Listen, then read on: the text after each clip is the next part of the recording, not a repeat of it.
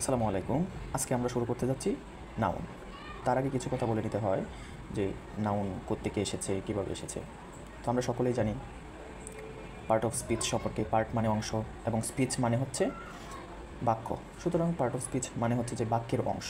কতগুলো ওয়ার্ড পাশাপাশি বসে যখন একটি পূর্ণ অর্থপূর্ণ বাক্য গঠিত হয় তখন সেটাকে আমরা প্রত্যেকটিকে আলাদা আলাদা করে বলতে পারি পার্ট অফ স্পিচ। তো পার্ট অফ স্পিচের 8টা প্রকারভেদ আছে: noun, pronoun, adjective, verb, adverb, preposition, conjunction and interjection. সাধারণত নাউন দুই প্রকার, একটা হচ্ছে গণনাযোগ্য আর একটা হচ্ছে অবস্থার ভিত্তিতে। আমরা জানি তো গণনার ভিত্তিতে আবার দুই ভাগে ভাগ করা যায়, একটা হচ্ছে কাউন্টেবল নাউন আর একটা হচ্ছে আনকাউন্টেবল নাউন। আবার অবস্থার ভিত্তিতে যেভাবে ভিত্তি করে দুই ভাগে ভাগ করা যায় সেটা হচ্ছে একটা কনক্রিট নাউন আর একটা হচ্ছে অ্যাবস্ট্রাক্ট নাউন।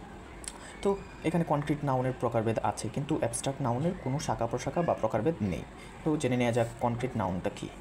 কনক্রিট নাউন হলো এমন নাউন যেগুলো টাচ করা যায়, যেগুলো শোনা যায়, মানে যেগুলো অনুভব করা যায়, যেগুলো ঘ্রাণ নিতে পারবেন, স্বাদ নিতে পারবেন, সেগুলোকে বোঝায়। তারপর অ্যাবস্ট্রাক্ট নাউনটা কি? যেগুলো দেখা যায় না, ছোঁয়া যায় না, ঘ্রাণ নেওয়া যায় না, স্পর্শ করা যায় না, সেগুলো হচ্ছে যে জাস্ট উপলব্ধি করা যায়। যেমন একটা এক্সাম্পল দিয়েছে অনেস্টি, এটার ঘ্রাণ নেই কোনো, জাস্ট উপলব্ধি করা যায়। তারপর এখানে আগেই বলে রেখেছিলাম যে কনক্রিট নাউনের প্রকারভেদ আছে কিন্তু অ্যাবস্ট্রাক্ট নাউনের নাই। তাহলে কনক্রিট নাউনের যে প্রকারভেদগুলো আছে সেগুলো কী কী? কনক্রিট নাউনের 4টা প্রকারভেদ আছে: proper noun, common noun, collective noun and material noun. তাহলে জেনে নেওয়া যাক প্রপার নাউনটা কী, কমন নাউনটা কী, কালেকটিভ নাউনটা কী অ্যান্ড ম্যাটেরিয়াল নাউনটা কী। ভালো করে খেয়াল করুন। এখন একবার যদি ভালো করে বুঝতে পারেন আর কখনো কোনো জায়গায় পড়তে হবে না। তাহলে প্রপার নাউনটা কি? প্রপার নাউনটা মানে হচ্ছে একটা নির্দিষ্ট কোনো কিছুকে রিপ্রেজেন্ট করবে। সেটা কি? পার্টিকুলার, নির্দিষ্ট করে বোঝাবে, পার্টিকুলারলি বোঝাবে। যেমন কি কোনো কিছুর নাম, যেখানে এখানে লেখা আছে রহিম, রানা অ্যান্ড পদ্মা। তারপর কমন নাউনটা কী বোঝাচ্ছে? কমন নাউনটা হচ্ছে যেসব নাউন দ্বারা কমন বা একই শ্রেণীর ব্যক্তিবস্তু বা স্থানকে বোঝায়। মানে হচ্ছে যে যখন আমরা কমন নাউনটা পাবো যে প্রপার নাউনের অনেকগুলো সমন্বিত একটা অবস্থাকে বোঝাবে, তখন সেটা কমন নাউন হবে। যেমন হচ্ছে এখানে একটা এক্সাম্পল আছে রিভার। যেমন রিভার তো ডিরেক্টলি যদি আমরা বলি, নির্দিষ্ট করে যদি বলি রিভার, যেরকম বুড়িগঙ্গা, সেটা হবে প্রপার নাউন। আর রিভার যেটা বোঝাচ্ছে অনেকগুলো, সেটা হবে কমন নাউন। অনেকগুলো প্রপারের সমষ্টিতে হয় কমন নাউন। তারপর কালেকটিভ, শুরুতেই বলে রাখি কালেকটিভ মানে হচ্ছে অনেকগুলো কমন নাউনের সমষ্টি হচ্ছে কালেকটিভ নাউন। তাহলে এটার ডেফিনেশনটা দেখে নেওয়া যাক। সমষ্টিবাচক নাউনকে, যে নাউনের ভিতর অনেক কমন নাউন থাকে তাকে কালেকটিভ নাউন বলে। বাহ, খুব সুন্দর। এখানে অনেকগুলো এক্সাম্পল আছে: আর্মি, নেভি, ক্লাস, জরি। জরি মানে হচ্ছে বিচারক মণ্ডলী। তারপর হচ্ছে ম্যাটেরিয়াল নাউন। আচ্ছা, ম্যাটেরিয়াল নাউনটা হচ্ছে সেটা বস্তুবাচক, যেগুলো পরিমাপ করা যায় সেটা। তাহলে আমরা এখন এগুলার প্রকারভেদটা এবং আলোচনা করি এটার বিষয়ে। এখানে একটা বক্স দেখতে পাচ্ছি আমরা যে কীভাবে actually proper, common and collective নাউনটা হয়। ভালো করে খেয়াল করবেন। এখানে প্রথম এক্সাম্পলটা হচ্ছে কালেকটিভ নাউন, লাইব্রেরি। আমরা জানি যে লাইব্রেরি হচ্ছে অনেকগুলো বইয়ের সম্মিলিত একটা স্থান, যেখানে মানুষ পড়াশোনা করে বা স্টুডেন্টরা পড়াশোনা করে। তাহলে লাইব্রেরি থেকে কমন নাউনে যদি আমরা ট্রান্সলেট করি তাহলে সেটা হবে কি? বুক। এখন বুক তো অনেক ধরনের হয় আমরা জানি। তাহলে সেই বুক যখন কোনো নির্দিষ্ট করে একটাকে বোঝাবে, যেমন গীতাঞ্জলি, সেটা হয়ে যাবে প্রপার নাউন হয়ে যাবে। তাহলে লাইব্রেরি কালেকটিভ থেকে কমন নাউন বুক, বুক থেকে প্রপার নাউন গীতাঞ্জলি। ঠিক সেম আর্মি থেকে সোলজার, এবং সোলজার থেকে হচ্ছে জুয়েল। যেরকম নির্দিষ্ট করে একজনকে বোঝাচ্ছে প্রপার নাউন, নির্দিষ্ট করে বোঝালেই প্রপার নাউন, এবং প্রপার নাউনের সমষ্টি হবে কমন নাউন, কমন নাউনের অনেকগুলো সমষ্টি হবে collective noun. This is a main secret actually. এখানে আছে ফ্লক, এটা মানে হচ্ছে দল বা সমষ্টি, এটা মানে হচ্ছে দল বা সমষ্টি। তাহলে গট, এটা মানে হচ্ছে ছাগল বা ছাগলের দল। এখন ছাগল তো অনেক ধরনের হয়, এনি গট নেম মানে ছাগলের কোনো নাম, সেটা হবে প্রপার নাউন। এখন পরবর্তী এক্সাম্পল হচ্ছে টিম। এখন এইখানে টিম থেকে তো অনেকগুলো প্লেয়ারের সমষ্টি হয় টিম হচ্ছে কালেকটিভ, আর প্লেয়ার হচ্ছে কমন। আর প্লেয়ার যখন ডিরেক্টলি পার্টিকুলারলি বোঝাবে, যেমন সাকিব আল হাসান, সাকিবকে জাস্ট, তাহলে সেটা হচ্ছে প্রপার নাউন। এখানে একটা নোটেড, সেটা খুবই ইম্পর্টেন্ট। এটা হচ্ছে সাম কালেকটিভ নাউন্স এক্সাম্পল সার্চ করতে হবে এবং নতুন শব্দগুলোর সাথে পরিচিত হতে হবে বা মুখস্থ করে নিতে হবে। যে শব্দগুলো আমরা সাধারণত জানি না সেগুলো মুখস্থ করে নিতে হবে। তো তখন বলেছিলাম যে ম্যাটেরিয়াল নাউনটা কি। এখানে আমরা সংজ্ঞাটা ভালো করে দেখে নিই, ভালো করে খেয়াল করবে। এখানে একটা এক্সাম্পল দেওয়া আছে রিং, RING, রিং। সাধারণত হাতের যে রিংটা থাকে সেটাকে আমরা এখানে বোঝাচ্ছি, মোবাইল ফোন বা অন্য কোনো রিং নয়, ফোন কল নয়। তাহলে এখানে রিংটা কিন্তু সাধারণত কমন নাউন, আমরা যদি ম্যাটেরিয়াল যেহেতু জানি, কিন্তু রিংটা কমন নাউন। কীভাবে এটা কমন নাউন? কারণ যখন পদার্থ দিয়ে কোনো কিছু বানানো হয় গায়ে পরার জন্য, তখন সেটা কমন নাউন হয়। কিন্তু অলংকারটা যখন পরার আগে যখন একটা ম্যাটেরিয়াল থাকে, তখন সেটাকে বলা হয় যে material noun. I think you got it this point. এখন এখানে একটা পয়েন্ট আছে যে আনকাউন্টেবল নাউন এর শেষে কখনো এস বাই এস যুক্ত হয় না।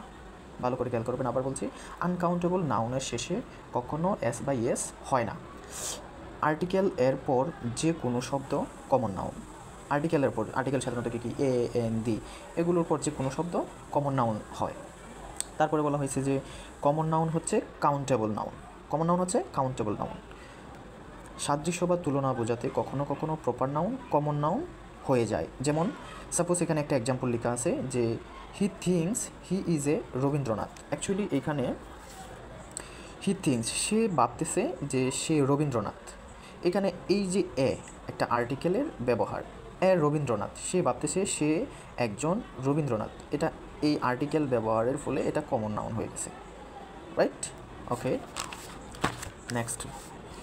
নেক্সটে এখানে আমরা দেখব যে কালেকটিভ নাউনের পূর্বে যদি কোনো সংখ্যাবাচক শব্দ এবং শেষে যদি এস বাই এস হয়, তখনই ওই কালেকটিভ নাউন থাকে না, সেটি কমন নাউন হয়, যেটা আমরা একটু আগে বললাম হয়ে যায়। তাহলে সেটা এক্সাম্পলটা দেখা যাক যে 12 স্টেমস, এই যে এখানে একটা এস বাই এস যুক্ত করা হয়েছে, কিন্তু শুরুতে কি একটা সংখ্যাবাচক শব্দ 12 teams will participate in the function.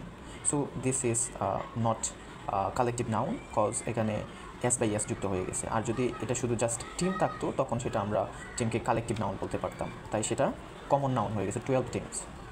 ওকে, এখানে আমরা কিছু এক্সাম্পল দেখতে পারি, যে এক্সাম্পলগুলো কমন নাউন থেকে কালেকটিভ নাউনে এবং কালেকটিভ নাউন থেকে কমন নাউনে আমরা বলতে পারি। আমি শুরুতেই বলেছিলাম যে কিছু কিছু ওয়ার্ড আছে যেগুলোকে মুখস্থ করতে হবে এবং ভালো করে জানতে হবে, তা না হলে পরীক্ষায় চিনতে পারবো না যে এটা কালেকটিভ নাউন থেকে আসছে নাকি কমন নাউন থেকে আসছে। এটা হচ্ছে যে কালেকটিভ নাউন ফর অ্যানিমেলস থেকে যেগুলো হয় আর কি। তাহলে এখানে বিস, মৌমাছি, বিস মানে হচ্ছে মৌমাছি, যেটা কমন নাউন। তাহলে এটা কালেকটিভ নাউনে কি আছে? SWARM, সোয়ার্ম মানে হচ্ছে যে জাক, মানে মৌমাছির জাক, মানে এটা তো অবশ্যই একটা বড় একটা থিংসকে রিপ্রেজেন্ট করতেছে, কারণ এটা একটা জাক, মৌমাছির জাক। তাহলে বিস হচ্ছে কমন, সোয়ার্ম হচ্ছে কালেকটিভ। ঠিক একইভাবে ফিশ মানে মাছ, তো ফিশের সব মানে হচ্ছে জাক বা দল, সেটা হচ্ছে কালেকটিভ নাউন। এবং স্কুল মানে রিপ্রেজেন্ট করতেছে যে একটা দল, অনেকগুলো ছাত্রছাত্রী যেখানে একসাথে পড়াশোনা করে। তো এরকম সেম এক্সাম্পলগুলো ভালো করে পড়ে নিতে হবে, সেটা গুগলেও পাওয়া যাবে বা অন্য কোনো বইয়ের মধ্যেও পাওয়া যাবে। তারপর এখানে আছে হচ্ছে যে কালেকটিভ নাউন ফর পিপুল, এটা ছিল অ্যানিমেলসদের জন্য, আর এটা হচ্ছে নাউন ফর পিপুলদেরকে কীভাবে রিপ্রেজেন্ট করে actually. Let's see some example. Actors মানে অভিনেতা, এটা একটা কমন নাউন। এটাকে আবার কালেকটিভ নাউন কীভাবে হয়? অ্যাক্টর্সদের যে দলটা থাকে, ট্রপ অথবা কোম্পানি, তাহলে এই অ্যাক্টর্স অনেকগুলো মিলে একটা দল গঠিত হয় কিন্তু, তাহলে সেটা troop team, you can say team, this is collective noun. এখন এখানে সোলজার মানে তো আমরা জানি সৈন্য, এটা কমন নাউন। তাহলে কালেকটিভ নাউন কি? আর্মি মানে সেনাবাহিনী, পুরা সেনাদের নিয়ে যে একটা বাহিনী হয়, যে একটা দল হয়, সেটা হচ্ছে আর্মি। আর আর্মি এর ভিতরে ক্ষুদ্র একটা হচ্ছে যে সৈন্য, যেটা হচ্ছে সোলজার। ওকে, সেম এক্সাম্পলগুলো হচ্ছে যে নাউন ফর পিপুলের জন্য বোঝাচ্ছে, common and collective. Let's see some another common noun to collective noun. এটা হচ্ছে যে কালেকটিভ নাউন ফর থিংস, মানে জিনিসের জন্য। থিংস থেকে কী আসে, এগুলা পিপুলকে রিপ্রেজেন্ট করতেছে। আর এখানে থিংস থেকে কী আসে সেটা আমরা দেখি। তো ফার্স্ট অফ অল সিগারেট, তো এখানে এটা কমন নাউন। এবং প্যাকেট মানে হচ্ছে যে মোড়ক, সেটা কালেকটিভ নাউনকে রিপ্রেজেন্ট করতেছে। সিগারেট অনেকগুলো যখন একটা প্যাকেটের মধ্যে থাকে, আর তখন সেটা প্যাকেট। আর যদি আমরা সেটাকে প্রপার নাউনে নিতে চাই ডিরেক্টলি বা পার্টিকুলারলি, তখন সিগারেটের যে কোনো একটা সিগারেটের নাম, সেটা হয়ে যাবে প্রপার নাউন। আর সিগারেট মানে কমন নাউন, আর প্যাকেট মানে হচ্ছে কালেকটিভ নাউন। তো এখানে আরেকটি এক্সাম্পল দেখা যাক। মাউন্টেন্স পর্বত, রেঞ্জ মানে পরিসর বা শ্রেণী। অ্যাপলস আপেল, অ্যান্ড বাশালস BUSHEL বাশালস খুব শুষ্ক দ্রব্যের পরিমাণ বেশি আছে, বা শস্যের মাপ যেটা আর কি। তারপর ব্যানানাস কদলি বা কলা ফল যেটাকে বলা হয় আর কি, কম্প, চিরুনি বা মধুচক্র। এগুলা আননোন ওয়ার্ড অনেকের কাছে, তাই সেগুলো জেনে রাখতে হবে। গ্রেপস আঙ্গুর, বান্স দল বা গুচ্ছ বা আটি অনেকগুলোকে একসাথে বোঝায়, সেটা হচ্ছে বান্স। তারপর ফ্লাওয়ার্স মানে ফুল গাছ বা ফুল, তাহলে সেটার অনেকগুলা হয় একসাথে। বান্স মানে হচ্ছে একটা দল বা বকোয়েট, গুচ্ছ বা ফুলের তোড়াকে বোঝাচ্ছে। ট্রিস মানে হচ্ছে গাছ বা বৃক্ষ, তাহলে গ্রোভ মানে হচ্ছে গ্রোভ মানে ছোটো বন, অথবা আমরা জানি যে জঙ্গল, অনেকগুলো গাছ থাকে জঙ্গলের মধ্যে, বা ফরেস্ট যেটা জঙ্গল। ওকে, স্টার্স তারা। তো this is a very interesting example, stars. Imagine that, কল্পনা করো যে স্টার্স তারা, তাহলে তারা গ্যালাক্সি মানে নক্ষত্র, অনেক কিছু আছে সেখানে। এটার থেকে অনেক বড় মাপের একটা প্লেস, যেটা ডিরেক্টলি কালেকটিভ নাউনকে রিপ্রেজেন্ট করতেছে। তাহলে এখানে আরেকটা হচ্ছে কনস্টেলেশন মানে নক্ষত্র সমাবেশ।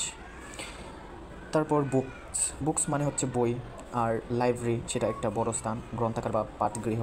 তারপর ক্লথস মানে বস্তু বা পোশাক, এবং বান্ডেল মানে আটি, যেটা বান্ডেল করে রাখা হয় অনেকগুলো ক্লথসকে একসাথে করে। So thank you so much, এই পর্যন্তই আজকে, পরবর্তীতে দেখা হবে অন্য কোনো ভিডিওতে।